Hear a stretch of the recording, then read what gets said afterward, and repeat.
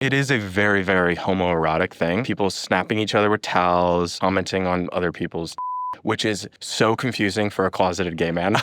Have you ever wondered, am I the Welcome to Who's the a Grindr podcast where every week I get a guest in the hot seat and we go deep, talking dating, sex, and the decisions that keep you up at night. Then we take your calls so we can figure out who's really on the line. I'm your host, Katya, and nothing gets past me, so pucker up, buckle up, and let's ride this thing till the wheels fall off. Today's guest is a man whose virginity was a primetime television event. That was 2019. Since then, he's come out on Good Morning America, co-hosted a dating show about virgins on Hulu, and he's on The Traitors Season 4. Please welcome Colton Underwood to Who's Thank you for coming. Thanks for having me. Colton Underwood is, and I hope you don't take offense, it's a country star. Yeah, that's fair. Right? And I definitely don't take offense. Okay. That's one of the nicer things anybody's ever said to me. It sounds like a really successful actor who transitioned gracefully into a successful country music career. Oh, I love that. Right? Yeah. So, I mean, think about it. I'm 33 still, so like, there's plenty of time. Yeah. You spent a whole season of television being the virgin bachelor, and then you came out, and suddenly everyone had to go back and rewatch the whole thing differently. Have you ever rewatched it? Bits and pieces because my husband wanted to rewatch it. Oh, God. Did you watch it with him? No, but I would be like downstairs doing my own thing and he'd be up in the bath watching it and I would just hear him like cackling. He was like, I've clocked you from the beginning. And I was like, well, I'm glad you didn't step out of the limo, so we're good. Here's, on a rewatch or just thinking about it, what kind of emotions does it bring up, if any? Like, you know what? It's such a mixed bag for me. There were so many highs and so many lows, obviously. And I have to remind myself, like, I was in my 20s when I shot that show. Like, I was very much still maturing and growing up and doing it very publicly. And that is tricky. It's also why that show's such a success. Like, of course. They get the people who are emotionally immature and still trying to figure things out. Yeah. On the brink of a nervous breakdown. But the one thing that I'll say, like, what I took from Bachelor that I don't think a lot of people understand is the intention in which I dated after that show was so much better. Just because, like, I learned to cut through, like, the bullshit. Like, okay. I'm not asking people what their favorite colors are, what they do on the weekend, or their hobbies. Like, we can get to that. Like, but let's talk about, like real, like, things. Values, like, things like that. Yeah. So I sort of, like, learned how to get in deep from the beginning. Oh, that's great. Yeah. I mean, I do love what's your favorite color, but I no softball questions when we went out on first date. For me, I always like to understand people's sort of values and ethics. So it would be less of like a yes/no question, more of like if you were in this type of situation, how would you have handled it? If you ran over an old woman, would you stop and write a note? That. Yeah. I don't know. I have a specific one. I would never like force things. And I think that's also what I learned is like let the date flow and happen. And I also like learned to shut up, which was sort of nice on dates. It's like let, whoever I'm on the date with, like sort of try to take the lead because I had spent time being the bachelor and like leading all these dates. And I'm like, okay, I want somebody to sort of, and that's what eventually with Jordan, I was like, whenever you're ready to like be engaged, I don't want to be the one to ask. Okay. So that was sort of like the time like that we spoke about it. And it must be strange because they could know everything pretty much about you. Yeah. And then getting to know someone, is that weird or is that like, does it take a load off in a way or? It does. Oftentimes when I engage with like fans or people from the Bachelor franchise that have watched that show, it is often a one-way street there too. Like they know everything about me and they're telling me all about my lives. I'm like, you guys are like telling me about a short snippet of time you watched me on television. Right. So, that could be frustrating at times, but also like that's how, they know me. In a reality TV show, I found that through the techniques and strategies that the producers employ, like isolation, no phones, no contact with the outside world. I mean, it does create a level of drama and also realness. Yeah. But I was always kind of aware that the cameras were there. So it was like not exactly the most authentic version of myself. What do you think about that? Were you able to just like literally just be yourself, or was there a layer of self-consciousness always? You know what I mean? Yeah. I think the reason that they made me the Bachelor was like sort of how I handled the interview process where I I sort of broke the fourth wall and like were saying things that probably no other lead or people who were in the running to ever become the lead said. Like I would tell them, I'm like, I'm here to make a great show for you guys. Like here's my boundary. So and like so I was like, just don't mess with my top 3 girls, and like I want to make great television. See, that's the thing that that's what a lot of the people on Drag Race forget. That's the number one. This is a TV show and we need to make it good. Right. And then, of course... That doesn't mean that I can't get something out of it, because when you throw yourself into it, like when I throw myself into something, I'm all in. Yeah. And I do believe like without phones, without distractions, the way that they set that up, you can actually find love and it can work. Oh, yeah. I mean, I could fall in love with 3 people here, and probably 6 people in this room. Right, let's start your journey right now. I'll host it. Here we go. Okay, so you came out. Yes. Then very quickly got married, had a baby. Yep. Started lobbying Congress. Some people, at least take a gap year. Was that intentional, or did life just happen that quickly? You know what's funny is my gap year was actually after football. Okay. So after I played 3 years on practice squads in the NFL. What position did you play? I played outside linebacker, and then my last season with the Raiders, they moved me to tight end. Okay. And Can you explain to me what that is exactly? What a tight end is? Yeah. It is, in my opinion, one of the hardest positions to play in football. Okay. Because you have to learn the entire sort of flow of the offensive line, because you're blocking and you're running routes. It's what Travis Kelce plays. Of course. Okay. So you have to go catch the ball. You're on offense. You're an offensive player. Okay. You have to block really big, fast defensive ends and linebackers. And then you also have to be able to catch the ball and run. Okay, so you got to do everything. Got to do everything. For a tight end, what are the chances of concussion, brain damage? Oh, you hit somebody every single play.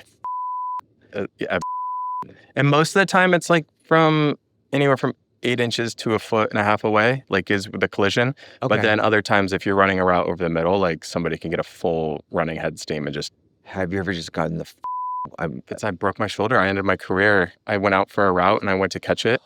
And as I went to catch it, I got blown up and completely fractured the shoulder. That sucks. Yeah. Did it hurt like hell? Oh, it was the worst. I thought I broke my back. I was the biggest... I'm normally pretty tough when it comes to injuries, and I was like screaming. And yeah. Was it like shattered? Or like... Yeah, I'd have surgery. And how long did it take to recover? 7 or 8 months.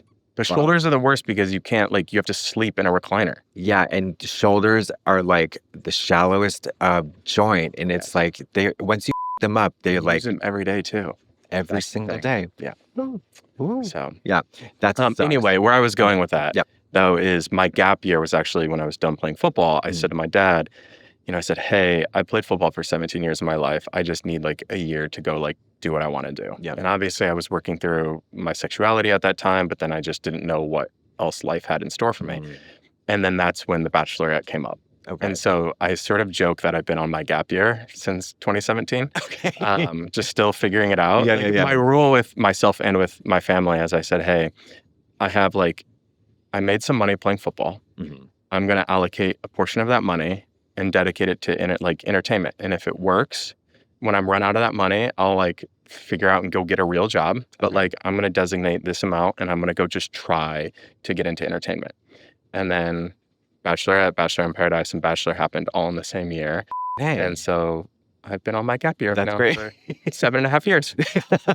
I mean, that's fair. What has been the difference between each iteration of from show to show to show? How is your perception of and your behavior developed or changed, or what is the difference between each one?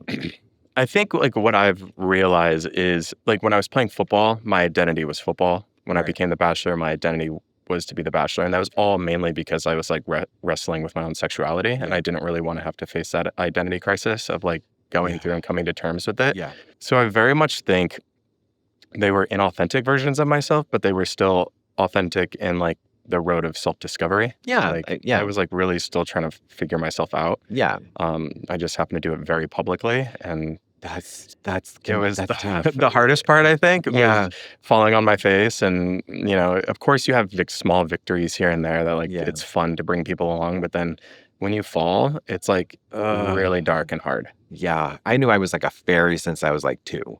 And there was never any doubt about my sexuality. So I'm so curious about, and I don't want to be indelicate in this question, but I'm just curious, when and how did you discover it? Yeah. I knew I was different by the age of 6. Okay. And I didn't really know how to process it until I went through puberty. Okay. Like, I don't really know how to explain it other than the fact that, like, I just have this vivid memory going to a Catholic grade school. And, like, there was this, like, moment where I was like, "Oh, I'm not like that. I'm so different, but I don't know what that means." Okay, and then, like, back to coloring, right? So, Gotcha. and then by the time I got to high school and through, puberty, I was like, "Oh, I'm gay." But, like, I don't really want to be. And so it was something I fought for the longest Gotcha. time, and sports was a challenge. Personally, I did like cliche thing where I stepped one foot out of the closet as a bisexual, which Mm. I wish, my God, I wish I was bisexual. People call that, what, the bi bridge now? Yeah, totally. I mean, but mine was pathetic because it was so obvious I was gay. How did you maintain? Because that to me seems exhausting, and it seems like almost like self-harm, Yeah. to kind of push it down, for like kind of brainwash yourself, convince yourself that it's not real. Like, how did you manage it for so long?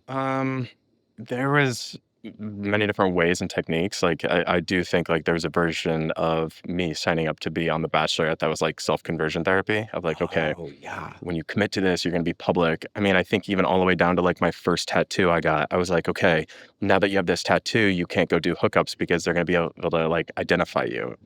And so, like, there was always this like weird self-manipulation that I was doing to myself to like try not to be out, not to live out.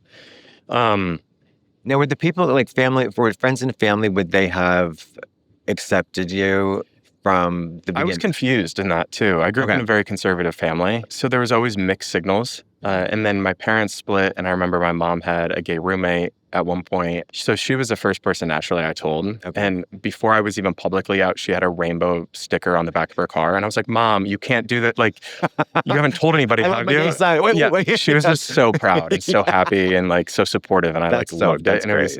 it was cute. But yeah, my entire family was really great.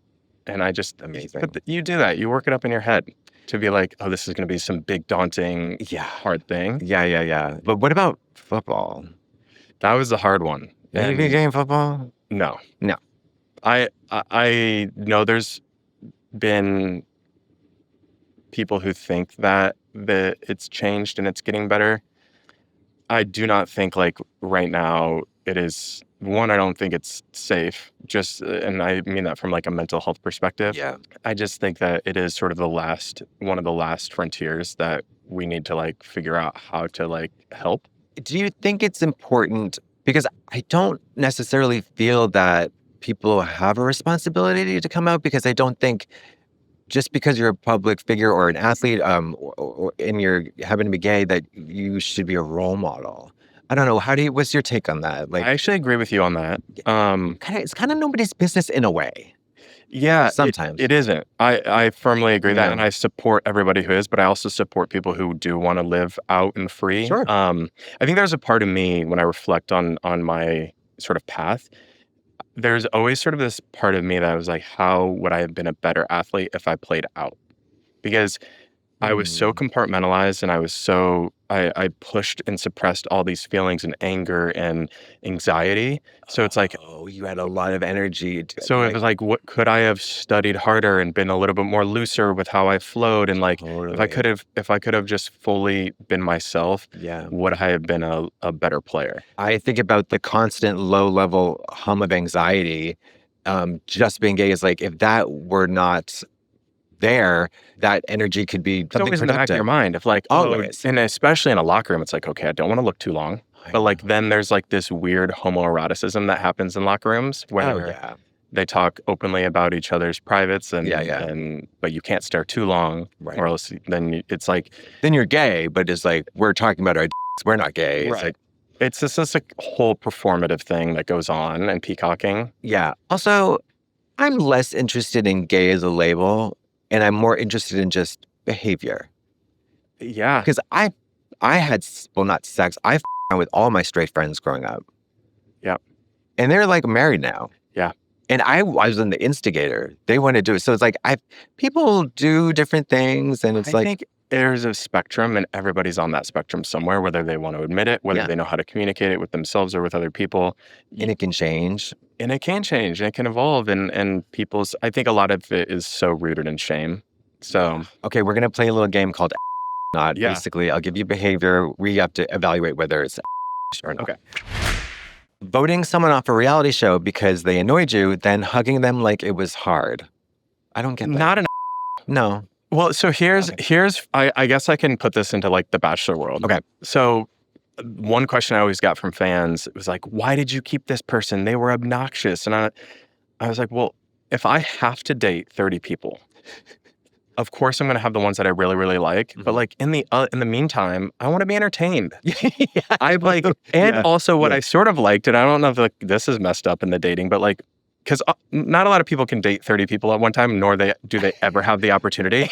So I was like, okay, this could be fun to sort of use as like a pressure test on some of the other relationships that maybe aren't like off to a strong start. Totally. So if we like keep the in the house that like can go off at any time. Yeah, you have something, you have like a metric. Right. Yeah. So like, I think that like, that's what some people who watch that show need to understand is like, we often keep the wild, crazy, unpredictable one because we like to see how house dynamics move around it. Yeah. I don't know. That's fascinating. Yeah. So I would say no. Like if you're annoying or boring, like you've got to go. Yeah.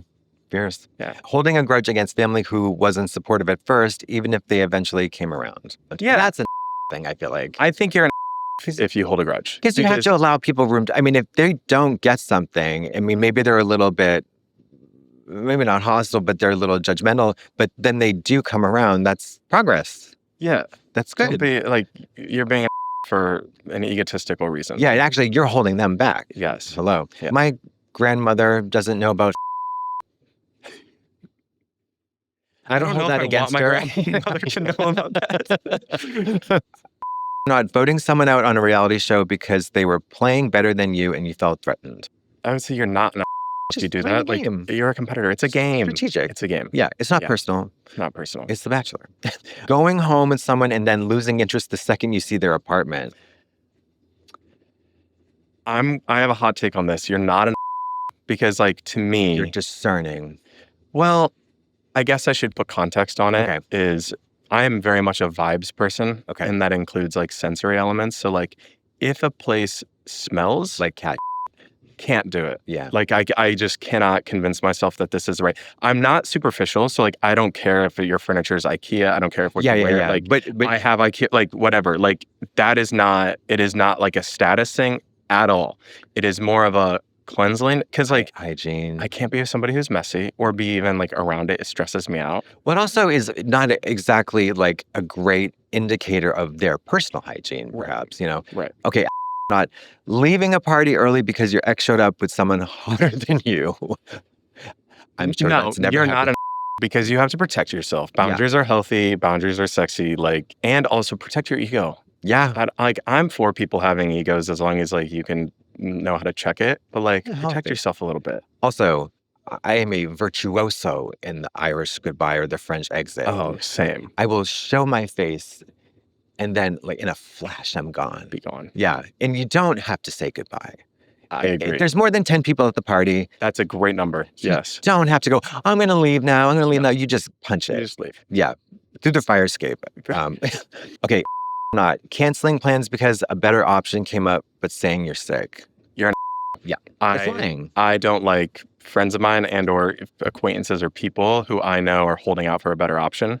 Whereas like they're wishy-washy. They're like, I'm going to see what's happening. I'm like, I'm giving you a week and a half notice to like RSVP to this dinner I'm hosting. Don't just tell me then you're waiting for a better option. Yeah.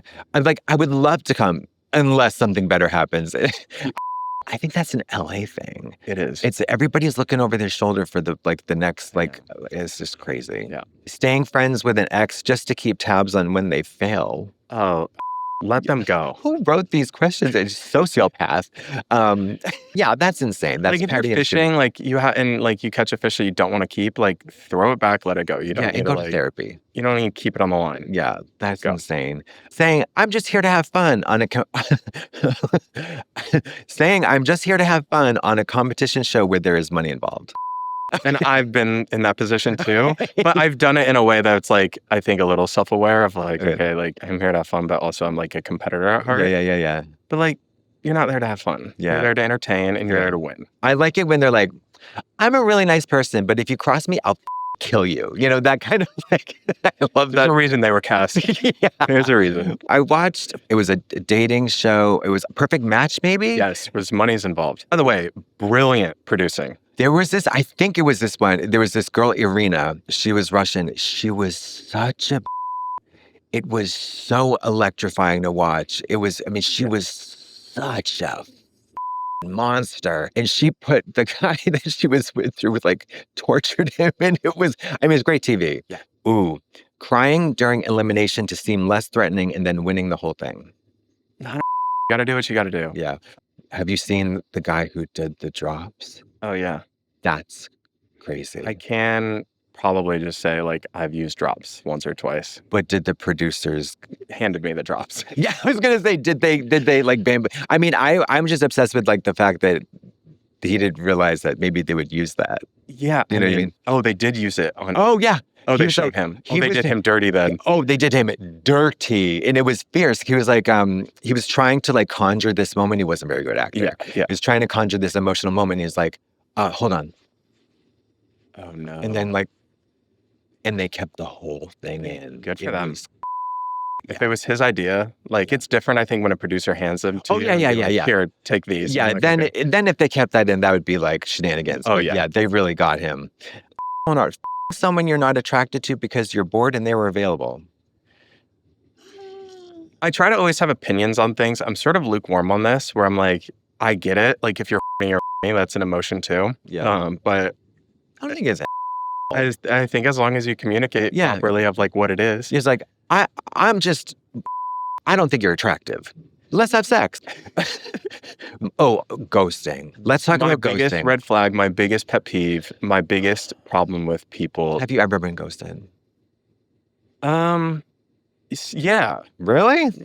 yeah, for sure. What is the most unacceptable like instance of ghosting? Like 3 dates or like one? Is it okay if like we go on one date and it's just like kind of lukewarm and I If don't? it fizzes out after one date, yeah, but like for the most part, my problem with ghosting is like if you've gone out and seen people 3 or 4 times, and or if you've texted them for multiple weeks, just be direct and don't like leave them on red for 2 or 3 back-to-back messages. Yeah.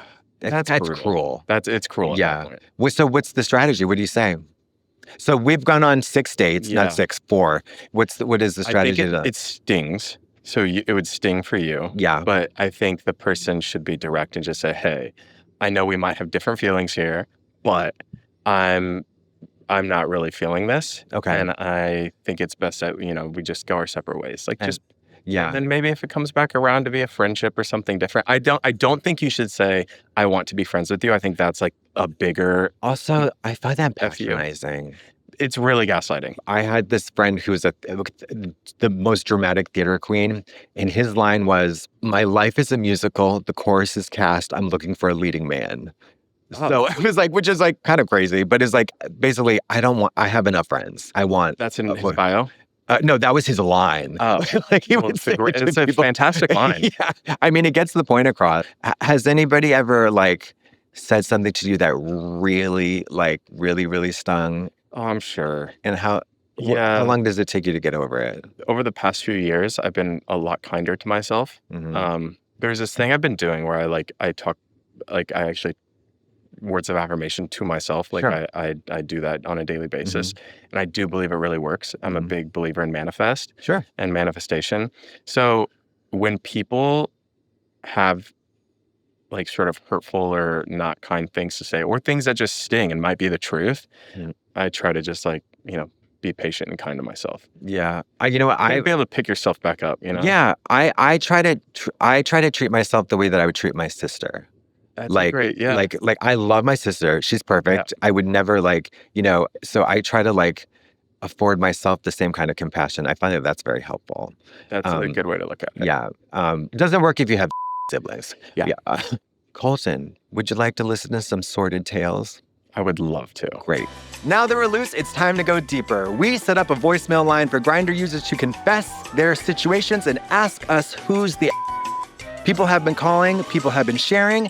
Some of you have been busy, so let's open wide and take a look. Hello? So I brought this guy that I was seeing on and off for about 2 years to my company holiday party. It was a great time. We had a lot of fun. We got very festive because of the open bar.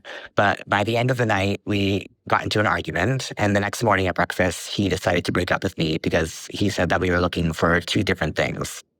He said that he never wanted a boyfriend again. He never wanted to live with anyone again. And he never wanted to get married. And eventually, I did want all those things in my life. So we went our separate ways. And a few months later, I come to find out that he's now living with the boyfriend that he said he didn't want. So I drove over to his apartment, knowing that his AC unit faces the street, and I poured a bottle of perfume that he associates me with into his AC unit vent so that his apartment would smell like me for months on end, and he wouldn't know why. So am I the for vandalizing his AC unit, or is he the for not owning up to the fact that he did want a boyfriend again, but he just didn't want me Baby, to ever be his boyfriend? baby, you're We need a button. I want like just a giant button, and I just want to be slamming it. There's two different we have shades of going on here. He's very deep, and then the other guy is, maybe people change their minds. You can't sabotage air conditioning. No, that is, especially in New York. New York, are you kidding me? That's like a war crime. Yeah, that's like, you should be tried at The Hague for that. For sure. Yeah. My initial thought was, Boil his bunny. he said that, he said that to him as his ex said that to him because his ex knew exactly what he wanted and knew how to get out of that relationship. Yeah. Also, don't bring your on and off person to a holiday party. There's It's weird. It's like bringing your booty call to Thanksgiving dinner. you don't do that. You're setting yourself up for failure. Yeah. But also like, Unless it's kind of the office party where you like put your butt on the Xerox machine. yeah, Do you know that one? no. But now I'm intrigued. It's like the old timey, like, well, I guess it just doesn't happen anymore because we don't really do that. But like people get really drunk and then they sit on the Xerox machine and then. And it works like that? So you could do Yeah. anything? Yeah. And then you just like, you print photos of your butt and pass them around. Everybody has a great time. Oh, that's Yeah. fun. Bring it back. I want a Xerox part. Like, let's do a party. Yeah. But Xerox, holiday party. Okay, let's take another call. Hello? Okay, I have a story that I've definitely asked myself, am I for? Probably about a year ago, I hit up this guy on Grindr. We ended up hooking up, and the sex was amazing. So we did it again, and I was like, okay, this is going to be my neighborhood sex friend. But probably after like the second or third time we started hanging out, whenever I would go to text him to plan the next thing, he would always respond to my, hey, how are you? With these really long, intricate, complicated responses about how his life was going at the time. And usually it would be over the course of hours or even days before I could really get to the point of making the plan. And it ended up getting so much and so difficult for me that anytime he would reach out, I would just ghost him because I didn't want to have the conversation of, hey, how are you, that stretched so far. I've been feeling bad about this. It's not that I don't want to know. I just, would have been nice to have some sort of like NSA thing. Yeah. And, But yeah, am I you know what? It's like, hey, how are you? Great. How are you? That's it. Like I don't actually want to know how you are. It's basically like, hi. Even if my life's falling apart and my whole family just burned in a fire, Right. I'm just gonna be like, great. I think it would have helped his case if he would have said, hey, how are you? And then also another question saying, are you around tonight? Hello. Because like Hey, then you what's set up? your intent. Yeah. If what? that's how you wanted to treat it like that. Don't leave it Really open. good point, because he's opening the door for a free therapy session. That's it. It's like, hey, how are you? I've been thinking about you, particularly your dick. Would you like to come over and Intention and communicating, being a direct communicator. And also, P.S., I'm not exactly interested in your mental health, although I do hope you're doing well. Right. And also what he said, I was looking for no strings attached. Great. Tell him that. Tell him that. Because this guy is looking for free therapy. Yes. I hate it when people are not like aware and diligent about like a two-way street in conversations on a date. Yeah. Like, have you ever been in a situation where like the person is just, it's just like a gab, and they won't even let you get a word in?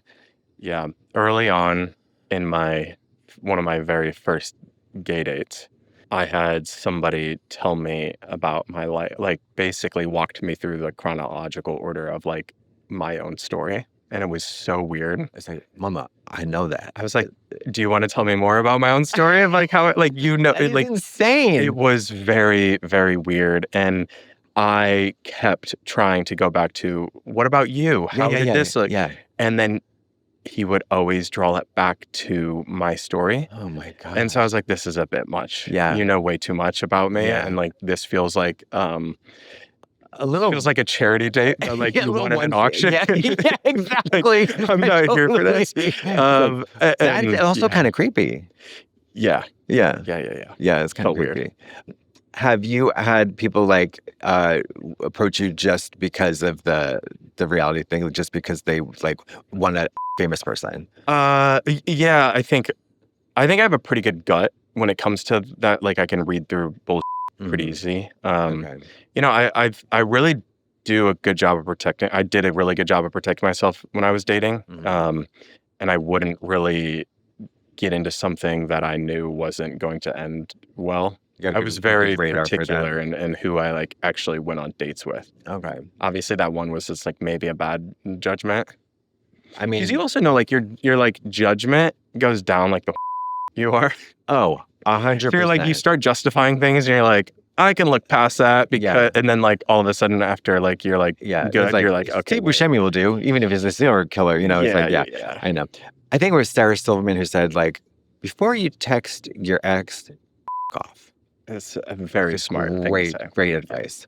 If you want to figure out if you're give us a voicemail. Call us at 510. And now, a word from our sponsor.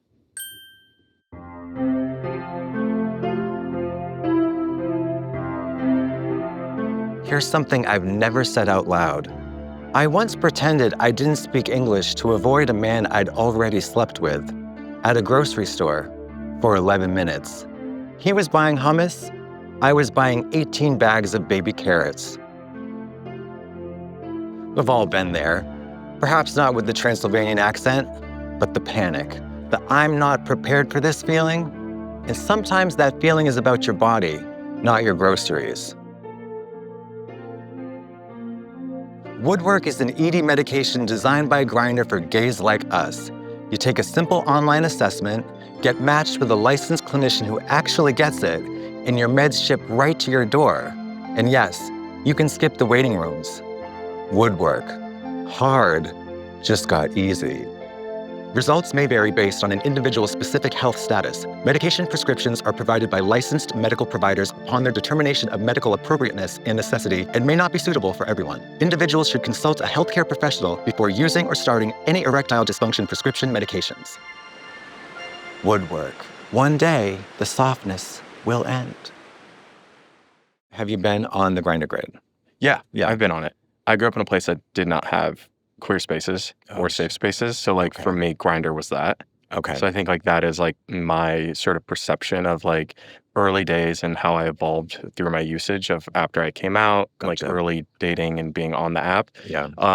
But it very much was the experience of being able to protect myself from a privacy standpoint. Totally. I think was a really good experience. And then on this flip side, it allows other people to sort of be anonymous. And if they're assholes, that's sort of a hard thing to deal with. Yeah. So like there's like a give and take. Can you describe to me like an example of the perfect Grindr profile? What do you think? I think it would depend. If I was single, it'd depend. One, what am I looking for? Am I looking to like start dating or am I looking for a hookup?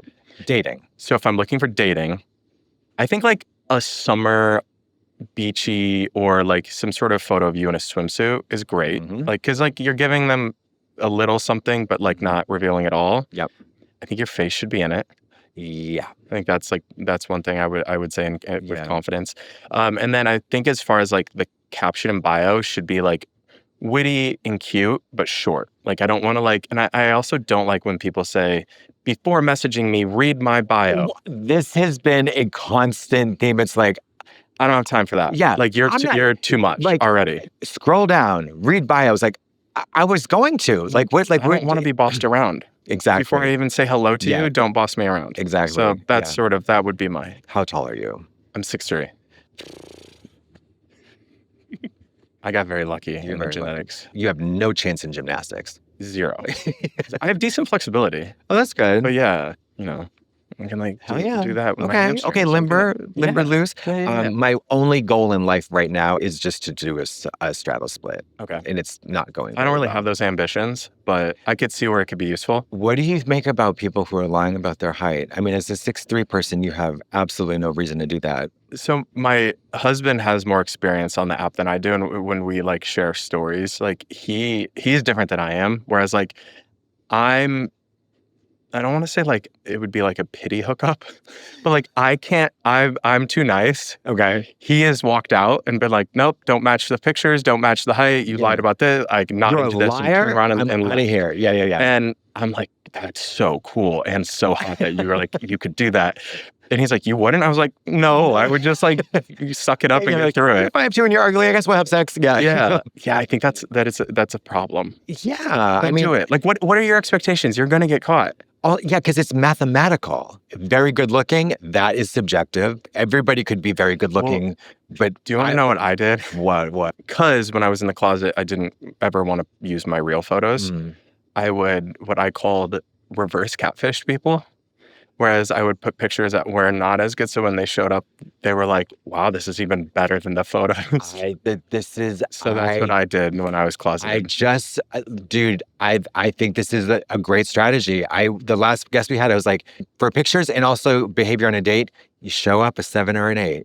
Yeah. Or you give them a 7 or an 8 photo because when they come to the door, they're like, holy shit, you're gorgeous, because you don't want the best photo in the best lighting. And then it's just, you know. Yeah. That is a very useful technique. It worked well for me where I was at in my life, navigating that. I mean, it helps that you're very attractive. For the dogs, I don't know, not so much. I mean, have you ever been in love? I'm assuming you're in love. I'm married and have a baby. Yes, I've definitely been in love. Have you ever dated a real? I'm sure I have. Yes, probably not for long though. No, because I was, you have self-respect. Yes, I was a very nice guy and didn't like confrontation, but I also was really good at getting out of things that I didn't want to be in. Can you give me 3 compassionate exit strategies? Yeah. With specifically? Like a fizzle, like somebody you have no chemistry with, and then a catfish. I don't think you should ever lie. The whole... it's not you, it's me. Like, that's total BS, and I would roll my eyes. So I do think it stings more, and it is harder to say, but just saying like, hey, I think you're like a great human. I just don't have like the chemistry's not there. We're missing it. Yeah, when I look at you, I'm physically repulsed, and I'm trying to take it that far. No, far. I'm just kidding. Unless something crazy happened. So you would say being direct. I would just say like, hey, we're actually not like, the match. It's not a match. So I think that's a good way to do it. Sure. I definitely don't think like the ghosting route is one. I think there is a way that you can do a sizzle or like it fizzled out of just like, hey, the spark's not there. It's not what I'm looking for at this time. Can you ghost after one date? After one date? I think you should just send a message of like, hey, that was lovely. It's not exactly what I'm looking for. But what if it wasn't lovely? Then I would I would give you permission to ghost after one date. Thank you. But like, it just depends. Is it one date after you were texting for a month? Or No. We texted on Friday. We sexted on Friday via Grindr, and then we chatted on Saturday, and then we met on Monday night. And all the communication has gone through Grindr. I know we switched to the phone, but only to make plans. Like, we didn't have like long conversations on the phone. Okay. I would still say, and I never you're in the window. You're in the window. Oh, you never saved the name. No, just the number. Oh, yeah, you can ghost. Okay. But then when you ghost somebody, do you block them? No, yeah, I don't know. No. Why not? Out of courtesy for them, don't you want them to just like you not to be on their grid? I don't know, because I feel like for some reason I think that's, maybe. Yeah, I mean, I guess it is, it's just like block, out of sight, out of mind. Yeah. I'm still hung up on this lying thing. I just can't get over people who lie about their height. It's so diabolical. But I always want to know, like, what was your plan? when you're hooking up with somebody, you can't wear lifts in your shoes because No. But a lot of guys and a lot of people in general. Well, I know I've been trapped before, so I'm sitting here like, yeah, I can't get over this, but like I've done it, and like whatever, the pity hookups are brutal. Once you're in the door, a lot of times they count on you not being able to get out. I know. You know, but to be fair, I had a hookup with this guy, and he lied about his height about 3 inches, but then he turned around and I saw the most incredible I've ever seen in my life. But see, like the shorter you are, the more you can pack muscle on, and like you can be built. Yeah, I mean, I was like, you shouldn't have lied. You should have just showed me 3 more pictures of your Or just like own it. Yeah. You know what I mean? I'm like, I don't care if you're 4'2". So is 3 inches your Oh, I thought you were talking about penis. No. Is 3 inches your like deal? Like when would you bring it up if somebody lied? You got a 1-inch window. 1-inch window. Because I think somebody said, you know, I think I'm 5'9". My doctor told me I was 5'10". I mean, and also posture, haircuts, Frankenstein shoes, you never know. But like 2 to 3 inches, get a grip, get a life. Yeah. Just deal with it. Focus on something else. Like cultivate other wonderful traits that will distract from the 2 inches that you feel so insecure about. Right. You know. Do you have to list your height on Grindr? No. Oh, okay. I ever asked somebody their height? Sorry, it's been a hot minute since. No, I am ashamed to say that I declined an otherwise tantalizing hookup with someone who said they were 5'4". So you are a height queen? No, not necessarily. Okay. But yes, in that instance I was. And I don't know why. I just, Well, so sometimes you're feeling it and sometimes you're not. I did hook up with someone who was 6'6", and that was just a lot to handle. It's a lot of money. It was a lot of like, hitting their heads on the, I don't have high ceilings. Are we?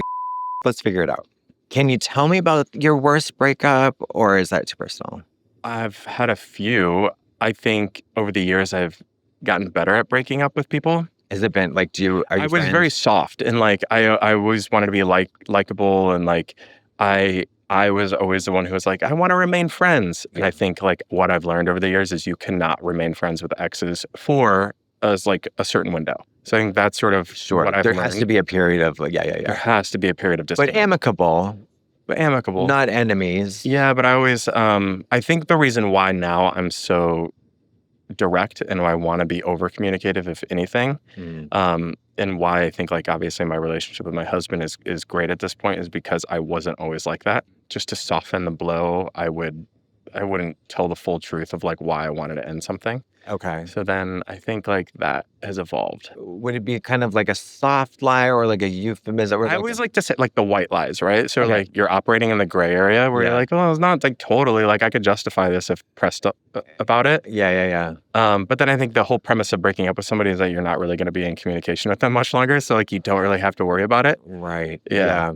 I mean, God, I would rather be stung than sting. For some reason, I can't. I feel so bad. Even though, like, most of the time, they don't give a They get over in 3 days. It takes me 3 months. Yeah. You went from NFL locker rooms to the Bachelor mansion to married gay dad. Which version of yourself was the hardest to be? Oh, my gosh. They all have, like, their own... That's 3 different lives. It is 3 different lives at this point. Yeah. And, they all have, like, their different levels and scales and things that, like, change. Yeah. Locker rooms were actually never really hard for me to like suppress my sexuality. Also, I've never been turned on in a locker room. No. So I think like that is like, I think a lot of straight people are confused about closeted and or gay men in locker rooms. Like I was never worried about getting a in the locker room. No. And also it's always the tore down ugly guys who are like, that, oh, are you looking at my I'm like, I'm not looking at anything on showers because like that was like a little homoerotic, but like the locker room itself was never like a sexual experience for me. It is gross. It smells like and everybody's like nasty and smell the inside of like shoulder pads and helmets and it's just like game over. Like it's a whole thing. Did you in high school, did you have to shower during gym class or whatever? No. We did Axe body spray. We never did, and I would never have been able to. Yeah. I can't believe high school. Yeah, high school wasn't, but yeah, college we did. Really? And it was open showers. So it's like just a big 30 shower heads around in this big square, way too lit of a room. Like, Did anybody get pervy? oh yeah, I mean, that was the thing, is like there was people snapping each other with towels, slapping. Is like it is a very, very homoerotic thing. Yeah. And even like commenting on other people's, like that was a normal occurrence in a locker room, which is so confusing for a closeted gay man. Right. We're like, wait, do I play this game or do I stay away? Yeah. How do I do I this? resist it too much? Is that suspicious? Yeah. It's more confusing than it is like it's not, it's like, yeah. you're just sort of like, what do I do here? Yeah, because there's so many layers of self-consciousness and like, Totally. yeah, I get it. But then, then the Bachelor, like I said, was sort of like my self-conversion therapy efforts.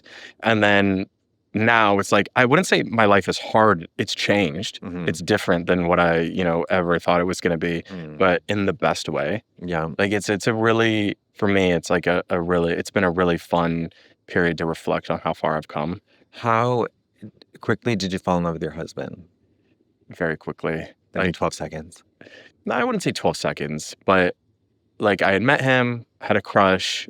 I was living in Denver at the time and he was out here. Okay. And then we ended up on the same trip to Provincetown, P-Town.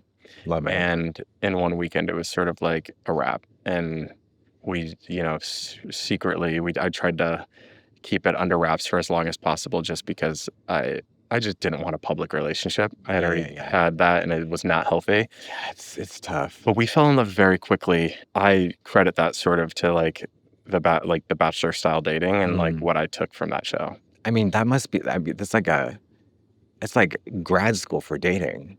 Yeah. Yeah. It's like, and I also think I learned a lot about myself. Like I've never really been and I never really wanted like the grass is greener lifestyle that is out here of like keeping up with the Joneses, seeing what other people have. Like as I found an incredible man who matches and checks every box that I've ever wanted. Like this is it for me. And then must be nice. I know, sorry. No. It is nice and you're gonna have it one day. Yeah. That's what I'll tell you. I actually don't want it. I love being alone. You do? I can't stand. I mean, I have friends like that though too. Oh my God, I'm my own best friend, and I just like I have my battery for like hanging out with people, or even like with romantic partners is like my ideal boyfriend.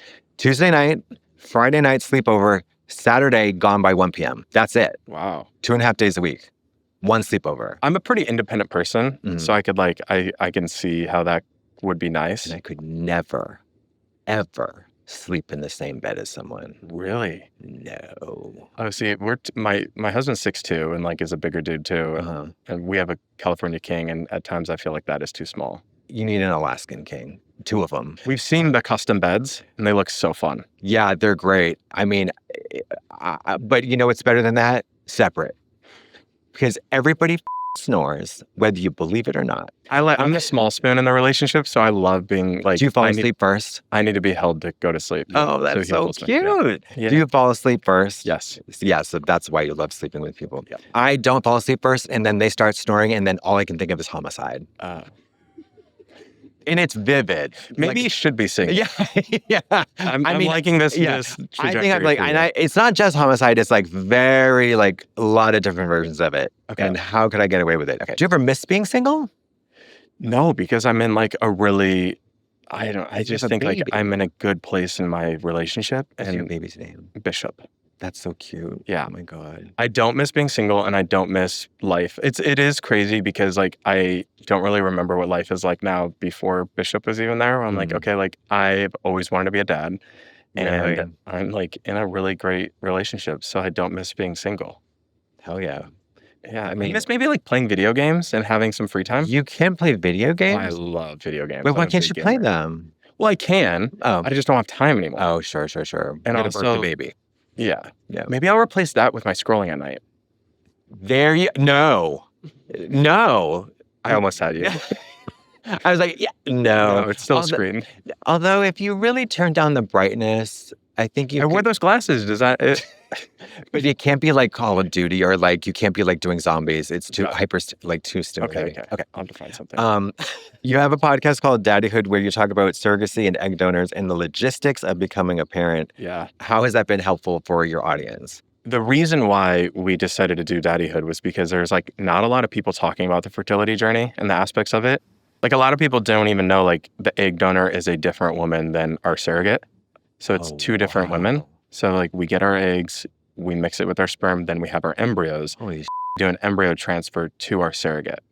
God. So at one point we had a 12-person fertility team. It takes a village, literally. Yes. And there's not a lot of people that sort of have openly like sort of talked about it. IVF still very much is like a little bit of a touchy thing, even within the gay community. Sure. But, unfortunately, at this point, adoption and foster care is very complex and expensive as well. So there isn't... And especially for gay folks.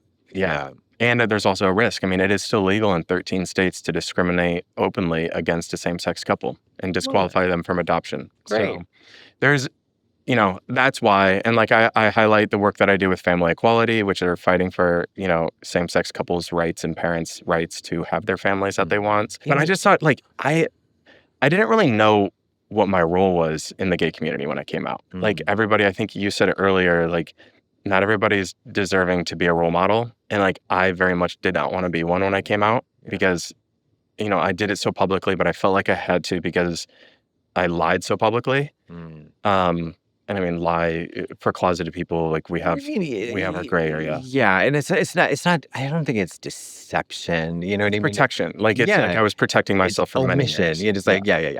So anyway, I felt like if I'm going to do this, I have to be public with this because I would have hoped somebody would have been public with this so like I can access that information. Yeah. So that's why we started Daddyhood. Is like, here's sort of the role, like here's who in the orders and how you sort of go about setting up legal and then meeting with the doctor and getting your sperm tested. It's so helpful. Yeah. And I have a couple of friends, I think 2 of them adopted and 1 surrogate, they're a whole bunch.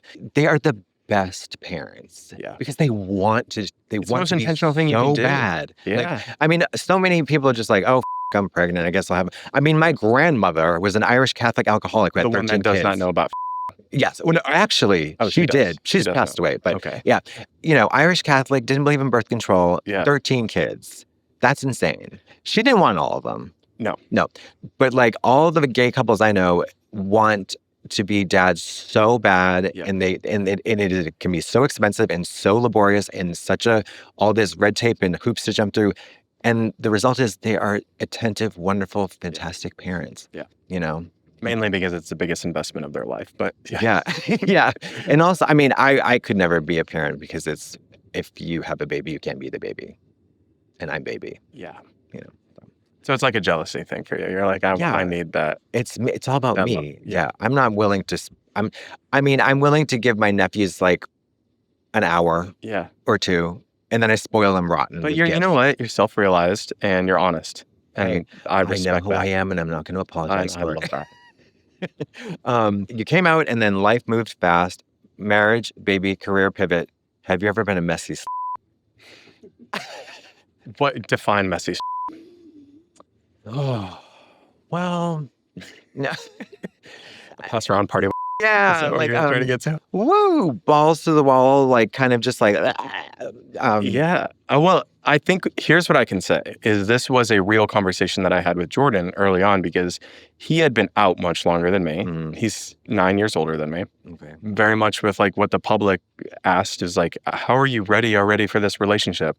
I had already had my fun, and my fun looked different because I was closeted while I was having it. But like, there was no part of me that wanted to go be a serial dater and or go back on and just be a hookup person again. Like I had already sort of had that in the closet. Yeah. I know that's like a little different, but I was not looking for that. So I felt like I had already scratched that itch. So you weren't like hitting up tons of sex parties in Hell's Kitchen. No.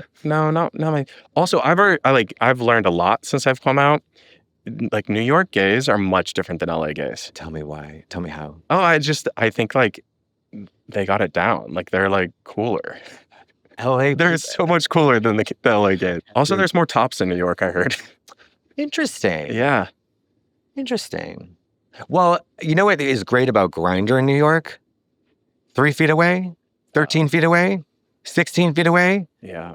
18 feet away. Oh my God. In I never thought LA? about that. 18 miles. If you got to go down a canyon, are you going for the hookup? I'm not going to in Topanga or like in Hidden Hills or whatever I'm not going downtown. Like in New York, it's like you have 12 people in your building you could have sex with. You know what I mean? The density is a real boon for like Messiness. convenience. Yeah, and or promiscuity. Who would win in a cage match? Ooh, Julia Roberts or Gwyneth Paltrow? Gwyneth. Oh, really? Hands down. Interesting. Yeah. Why? Well, The entrepreneurship? yeah. I think like she just has this like presence, and like not that Julia doesn't. No, but but then, she's got an arsenal of jade eggs. She would just huck at her. also, I'm somewhat of a closeted nerd, and I love Marvel, and she's married to Tony Stark. And Yeah. she's had to hold her own. She's also had some really cool fight scenes, and Really? yeah, especially in the Iron Man. So I'm going Gwyneth. Okay. And also, she knows how to make a great salad. She does. She Great really salad. does. I love her, Yeah. ironically. Who would win in a cage match? Julia Louis-Dreyfus or Julia Child? Julia Child. I think just like the You just pick up a big bowl and whack her with it. Yeah. done. Maybe like waterboard her with like cream sauce. On that It had to note, be cream sauce. Couldn't be anything else. well, French cuisine. Okay, yeah. 2 more really weird questions that are apropos of nothing. If you could chop off a finger Mm-hmm. and then become instantly fluent in a foreign language, would you? And which would you choose if you won? I like all of my appendages. Yeah. I really think all my fingers are useful in some way, shape, form, or fashion. Okay. And I actually don't think it would be that useful for me to have another language. You're like the rest of the world. I mean, there's other ways to communicate besides like just verbal languages, I guess. Yeah. And one of them is with all of your fingers. So I'm keeping all my fingers. You're cutting those off. Okay. And then last thing, if you had to move to a city out of the country for the rest of your life and you could never leave, but money is no object, Okay. where would you go? Barcelona. Okay, fierce. Love Spain. I love Barcelona. Yeah. It's beautiful. Barcelona, hands down. Somewhere in Spain. I think Madrid's too city and landlocked. I think Barcelona is like, it's like a tropical urban paradise. And Mallorca's too sleepy. But I think Never been. Barcelona's like, It's fabulous. I've had the best time of my life in Barcelona. love. Where can people find you online if you want them to? My Instagram at Colton Underwood. Well, thank you so much Thank for you. doing this. You're awesome. Yeah. And I hope that you and Bishop and Jordan. have a wonderful, happy life together. Thank you. Thanks. I hope that you yourself and only yourself have. Oh, yeah. Me, myself, and I, we're going to be Yeah. great.